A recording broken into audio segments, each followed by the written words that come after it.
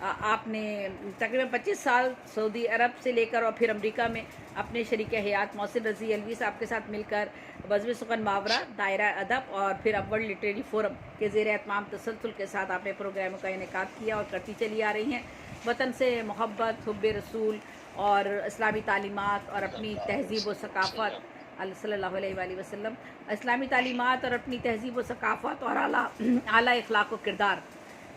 ان تمام چیزوں کے ساتھ اب عملی طور پر شدت سے وابستہ ہے اور اللہ تعالیٰ قبول کرنے والا ہے۔ جس طرح سے وہ صبح اٹھتے کے ساتھ ہی دعائیں پڑھتی ہیں اور آگے دعائیں اور جو ہے وہ احادیث لوگوں تک پہنچاتی ہیں، تو یہ جب تک انسان کا دل اندر سے راغب نہ ہو، آپ کا ذہن نہ ہو، تو جب تک آپ ایسا کام نہیں کر سکتے۔ ہم تو اٹھ کے صبح اس وقت لوگ کیا کرتے ہیں، میں اپنے آپ کو بھی کہہ رہی ہوں، سیل اٹھا لیتے ہیں، دیکھتے ہیں کس کا میسج آیا، کیا جواب دینا ہے، لیکن ایسا اللہ کی طرف راغب ہو جانا، یہ اللہ تعالیٰ سب کے دل میں ایسی قوت اور طاقت پیدا کرے کہ ہم سب اللہ کے اتنے قریب ہو جائیں اور ہونے کی کوشش کریں کم از کم۔ تو بہت اسٹریٹ فارورڈ ہے،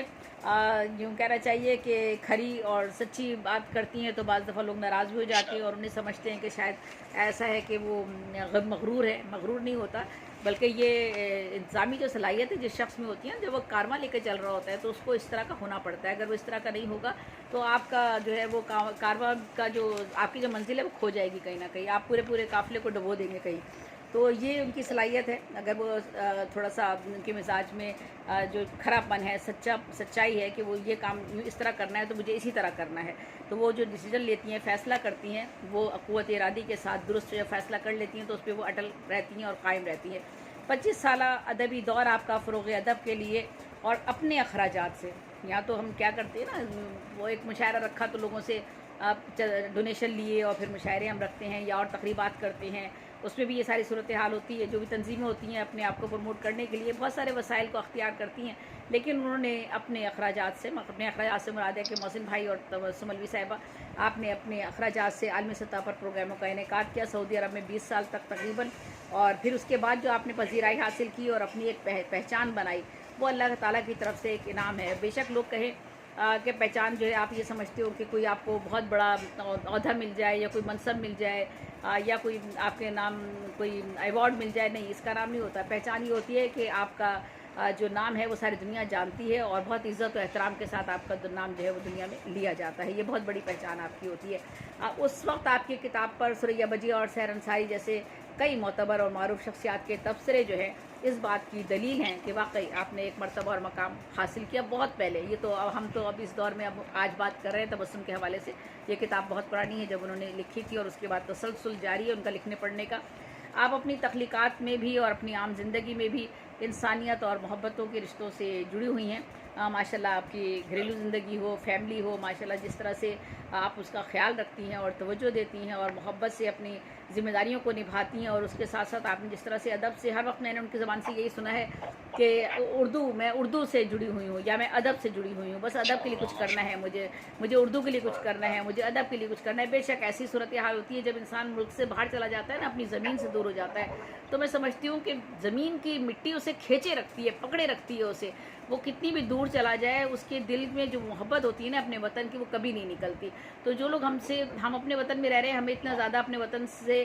اس طرح شدت کا ہم اظہار نہیں کر پاتے جس طرح کا شدت کا اظہار جو ہم وطن سے دور ہو گئے ہیں اپنے حالات کی وجہ سے، روزی روزگار کی وجہ سے، تو وہ ان کے دل میں جو جذبہ اور محبت ہے وہ بڑا قوی ہوتا ہے، تو وہی جذبہ ان کے دل میں بھی ہے، اور ہر وقت وہ اپنی وطن کی محبت کے لیے اور اپنے اردو کے لیے، اپنی زبان کے لیے اور اردو ادب کے لیے وہ کوشاں رہتی ہیں اور کاوشیں کرتی رہتی ہیں، اور ان کی کاوشیں آپ سب لوگوں کے سامنے ہیں۔ دیکھ لیجئے کہ ہم 4-5 گھنٹے کے پروگرام جو ہیں وہ کرتی ہیں، ایسا نہیں ہے کہ وہ تھکتی نہیں ہیں، وہ انسان نہیں ہے، وہ انسان ہے ماشاءاللہ سے ہمارے اور آپ کی طرح گوشت کی، اور جو ہے وہ تھک جاتا ہے انسان، 1-1.5 گھنٹے 2 گھنٹے بعد تھک جاتا ہے، بول بھی نہیں سکتا، بات بھی نہیں کر سکتا، لیکن ان کا نام ہی تبسم ہے تو وہ تبسم لبوں کے ساتھ جو ہے نظامت کرتی رہتی ہیں، شروع سے لے کر آخر تک 4-5 گھنٹے ان کی نظامت چلتی ہے، اور بڑے خوش اسلوبی کے ساتھ وہ اپنی اس فرض کو بھی ذمہ داری سے نبھاتی ہیں۔ عصری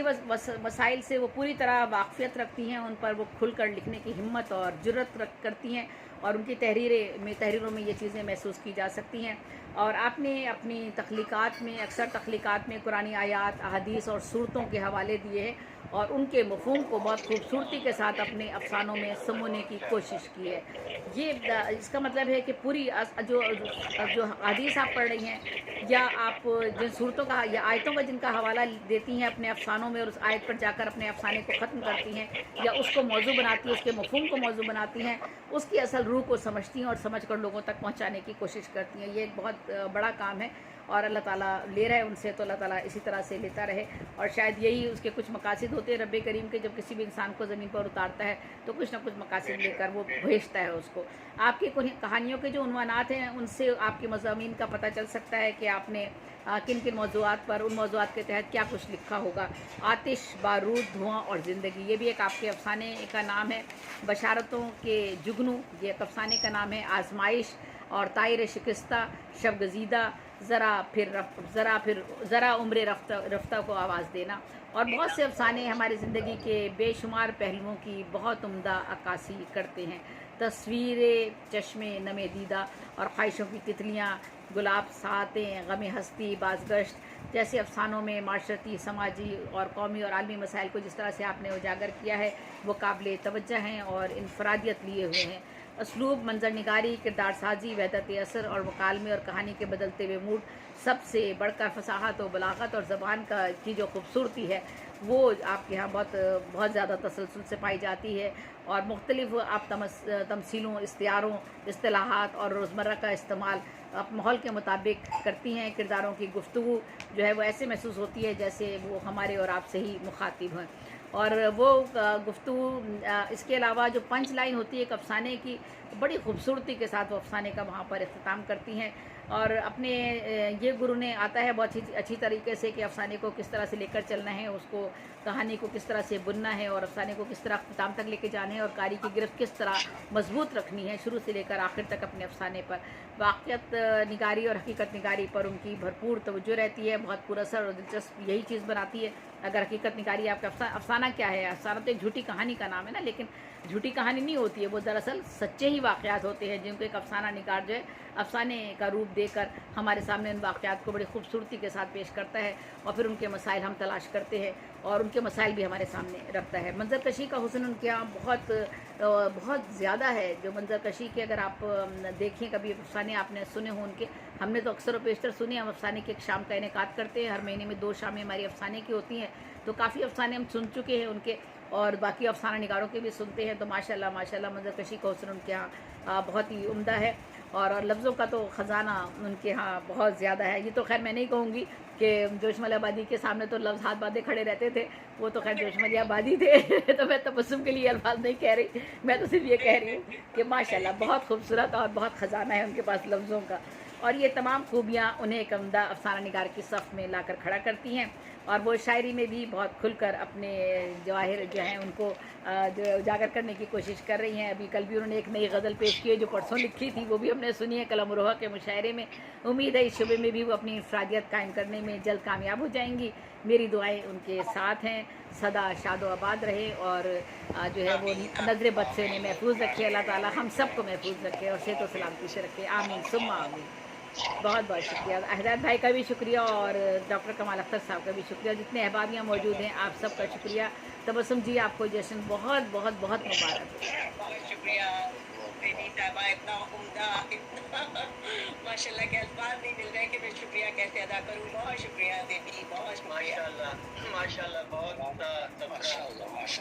حضرت اعلیٰ محترمہ زیب النساء زیبی صاحبہ کی جانب سے خواتین حضرات, آج کی شام محترمہ تبسم محسن الوی صاحبہ کے نام, اور انشاءاللہ العزیز یہ شام ہم چلتی رہے گی. بہت بہت سب سے پہلے تو میں نے ابھی تک مبارکباد نہیں دی تھی, لہٰذا اب میں مبارکباد دینے لگا ہوں. میں یہ چاہ رہا تھا کہ ہماری سرپرست صاحبہ پہلے مبارکباد دے دیں. بالکل, بیبی صاحبہ سے سرپرست اعلیٰ نہیں ہے بلکہ میری سب سے عزیز ترین دوست بھی ہے. اللہ تعالیٰ دوستی کو سلامت رکھے. آمین آمین آمین ثم آمین. زندگی نے کہیں محروم کو ناداں لکھا, زندگی نے کہیں محروم کو ناداں لکھا, ہم نے جو شعر لکھا اس کو نمایاں لکھا. حسن کے گرد میں پروانے تڑپتے ہی رہے، حسن کے گرد میں پروانے تڑپتے ہی رہے، شمع کو وقت نے جل مرنے کا زنداں لکھا۔ اور یہ شعر میرا خیال تو یہ ہے کہ ہمارے بھائی محسن صاحب کے نام لکھا ہوگا ہماری بہن نے۔ یوں تو دنیا نے